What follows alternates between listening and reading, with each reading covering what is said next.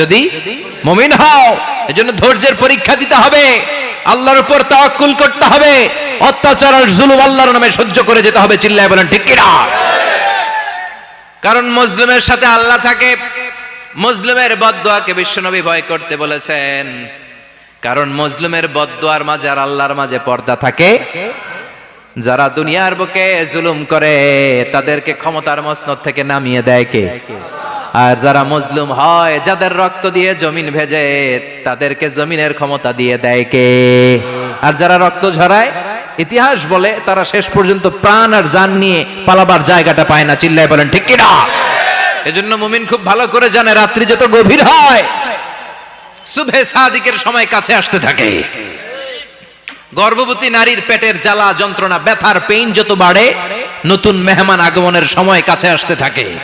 তেমনি ইসলামের পক্ষের শক্তির উপর যদি অত্যাচার, অনাচার, স্টিম রোলার বেড়ে যায়, এটা প্রমাণ করে ইসলামের বিজয়ের সময় কাছে আসতে শুরু করেছে। চিল্লায় বলো ঠিক কিনা?